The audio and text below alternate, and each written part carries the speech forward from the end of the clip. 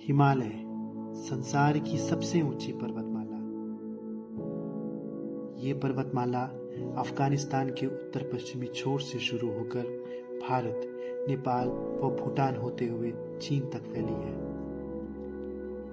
हिमालय से निकलने वाली ये नदियां एशिया के 3 अरब लोगों को जीवन देती है। तिब्बत और भारत की सरहद पर बनी हिमालय की ये पर्वत श्रृंखला भारत की अनेक नदियों का उद्गम स्थल है। इन्हीं नदी में से प्रमुख नदी है गंगा।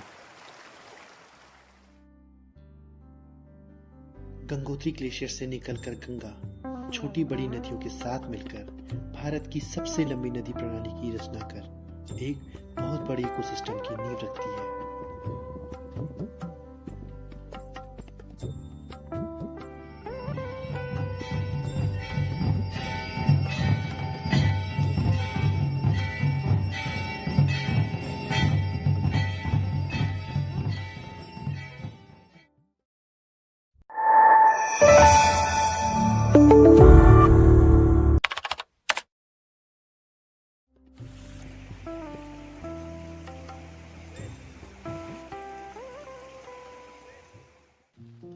बरसात का मौसम समाप्ति की ओर है। सुबह के समय गंगा की बहती धारा के साथ कोहरे की उड़ती चादर पूरी गंगोत्री घाटी को ढके हुए है। तापमान में भारी गिरावट, शरीर को जमा देने वाली ठंड होने के बावजूद श्रद्धालुओं का गंगा में डुबकी लगाना गंगा के प्रति आस्था को प्रदर्शित करता है। घाटी में उठे हर हर गंगे के जयकारे की गूंज कानों में पड़ते ही गंगा से जुड़ी मातृ भावनाओं को बढ़ा देती है।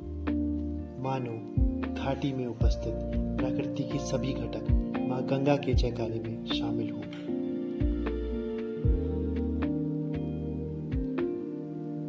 वामन पुराण के अनुसार यही वो स्थान है जहां मां गंगा स्वर्गलोक से पृथ्वी पर अवतरित हुई थी, जिस कारण यहाँ का नाम गंगोत्री पड़ा। इस बात की पुष्टि धाम में मौजूद राजा भगीरथ की प्रतिमा करती है। माना जाता है कि राजा भगीरथ व उनके पूर्वजों की तपस्या के कारण गंगा को भगीरथी के नाम से भी जाना जाता है। गंगोत्री धाम व गंगा के शिवरात्रि यात्रा का यह सफर उत्तराखंड के गढ़वाल क्षेत्र के हिमालय से शुरू होता है। उत्तरकाशी शहर से 100 किलोमीटर की दूरी होने के साथ यहाँ तक पहुँचने का सड़क मार्ग काफी रोमांचक है। घाटी से गुजरता यह रास्ता भटवाड़ी, सुखीटॉप, हर्षिल और भैरव घाटी जैसे पर्यटक स्थलों से होते हुए गंगोत्री धाम पहुँचता है। रास्ते में पड़ने वाली नदी, झरने, वनस्पति, वन्यजीव पर्यटकों को अपनी ओर आकर्षित करने में पूर्ण भूमिका निभाते हैं।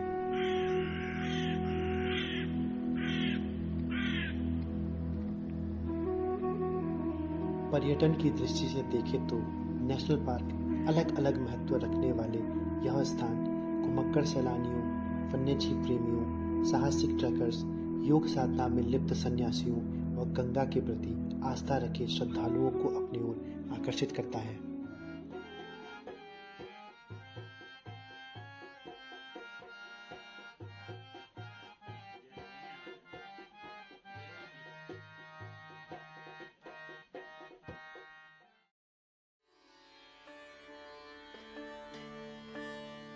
मोक्षदायिनी मां गंगा पहाड़ों से उतरकर अपना रमणीय सफर छोटे बड़े कस्बों से होते हुए मैदानी क्षेत्रों की ओर प्रवेश करती है। अंततः 2510 किलोमीटर का सफर तय कर मां गंगा बंगाल की खाड़ी में मिल जाती है। सामाजिक, साहित्यिक, सांस्कृतिक और आर्थिक दृष्टि से अत्यंत महत्वपूर्ण गंगा अपने सौंदर्य के साथ भारत के लोगों की कृषि का भी आधार है। लोगों की भावनात्मक आस्था का आधार मां गंगा लगभग 10 लाख वर्ग किलोमीटर के क्षेत्रफल के अति विशाल उपजाऊ मैदान की रचना करती है। वैज्ञानिकों के अनुसार गंगा के जल में बैक्टीरियोफेज नामक विषाणु पाए जाते हैं, जो जीवाणु व अन्य हानिकारक सूक्ष्म जीवों को जीवित नहीं रहने देते हैं। गंगा के पानी में मछलियाँ तथा सर्पों की अनेक प्रजातियाँ पाए जाने के साथ मीठे पानी वाली दुर्लभ डॉल्फिन भी पाई जाती है, जिसे गैंगटिक डॉल्फिन भी कहा जाता है।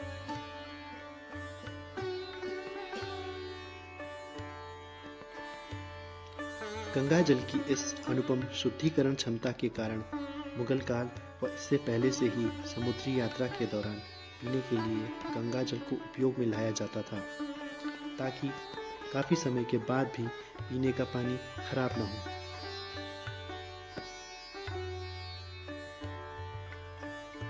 आने वाली दिवाली के बाद इस क्षेत्र में बर्फबारी और ठंड बढ़ने के कारण गंगोत्री धाम व नेशनल पार्क को श्रद्धालुओं के लिए बंद कर दिया जाता है। मां गंगा की डोली व मंदिर समिति के लोग भी आने वाले 6 महीनों के लिए हर्षिल के पास मुखीमठ यानी मुखवा गांव में स्थानांतरित हो जाते हैं। मुखवा गांव में ही अगले 6 महीने तक गंगा जी की पूजा की जाती है।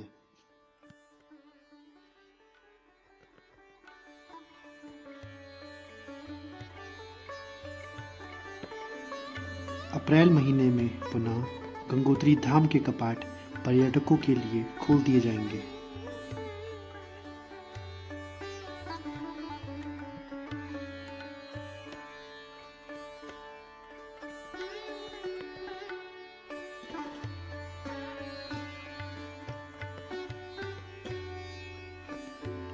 गंगोत्री धाम व घाटी दोनों तरफ पहाड़ियों से घिरे हैं। पहाड़ियों की बनावट भी कुछ इस तरह मानो प्राकृतिक ने बड़ी बड़ी चट्टानों को एक ढेर सा खड़ा किया हो।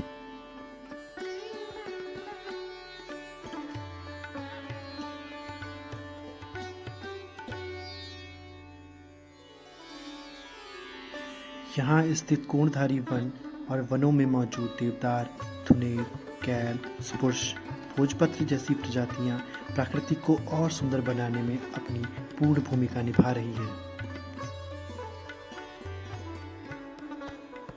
यहाँ आसपास घास के मैदानों में उगते रंग बिरंगे फूल और जड़ी बूटियों का समावेश जब छोटी छोटी धाराओं से होकर गंगा की मुख्य धारा में मिलती है, जिससे गंगा जल पवित्र होने के साथ साथ रोगनाशी भी बन जाता है। गंगोत्री नेशनल पार्क में उपस्थित brown bear, Himalayan tahr, musk deer, leopard व संरक्षित ब्लू शीप यानी नीली भेड़ की प्रजातियों की उपस्थिति इस पार्क की खूबसूरती को 4 चांद लगा देती है।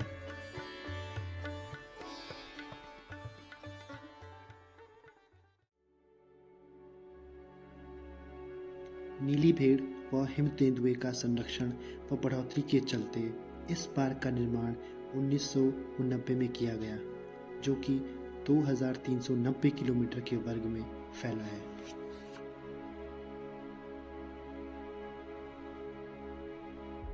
गंगोत्री धाम के अलावा इस क्षेत्र में काफी स्थान ऐसे भी हैं जो अपने आप में प्राकृतिक की खूबसूरती को समेटे हुए हैं। गौमुख, तपोवन, सूर्यकुंड, पांडव गुफा, पाताल गुफा, भोजवासा, चीड़वासा, तिब्बत को जोड़ने वाली गर्तांग गली, नीलांग घाटी, हर्षिल, कुपांग, सहस्त्रताल जैसे काफ़ी जगह गंगोत्री नेशनल पार्क की सुंदरता को बरकरार रखते हैं। गंगा नदी को 2008 में भारत सरकार द्वारा राष्ट्रीय नदी का दर्जा दिया जा चुका है तथा गंगा नदी जलमार्ग को राष्ट्रीय जलमार्ग घोषित होने के बावजूद गंगा में आज भी प्रदूषण काफ़ी मात्रा में किया जा रहा है। प्रदूषण को रोकने व इसको कम करने के लिए भारत सरकार व लोगों के द्वारा गंगा नदी व इसके तटीय क्षेत्रों को साफ रखने का कार्य आज भी निरंतरता से किया जा रहा है। नमामि गंगे योजना व अन्य कई परियोजना इस कार्य को गति प्रदान कर रही है। सनातन धर्म व संस्कृति से जुड़े अधिकांश नगर, प्रयाग व भारतीय संस्कृति के प्राचीन इतिहास में बने छोटे बड़े मंदिरों, मठों का निर्माण भी गंगा किनारे ही मिलता है। हरिद्वार, प्रयागराज, काशी जैसी धर्म नगरियां भी गंगा के वक्र में ही बसाई गई हैं। सिर्फ यही नहीं, माँ गंगा से भारत में एक ऐसी सभ्यता का उद्भव और विकास प्राचीन काल से ही मिलता है, जिसका इतिहास अत्यंत गौरवमयी और वैभवशाली है। जहाँ ज्ञान, धर्म, आध्यात्म व सभ्यता की एक ऐसी किरण प्रस्फुटित हुई है, जिससे न केवल भारत बल्कि संपूर्ण संसार अलौकिक हुआ है। सच में माँ गंगा पृथ्वी पर व यहाँ के लोगों के लिए एक वरदान साबित हुई है।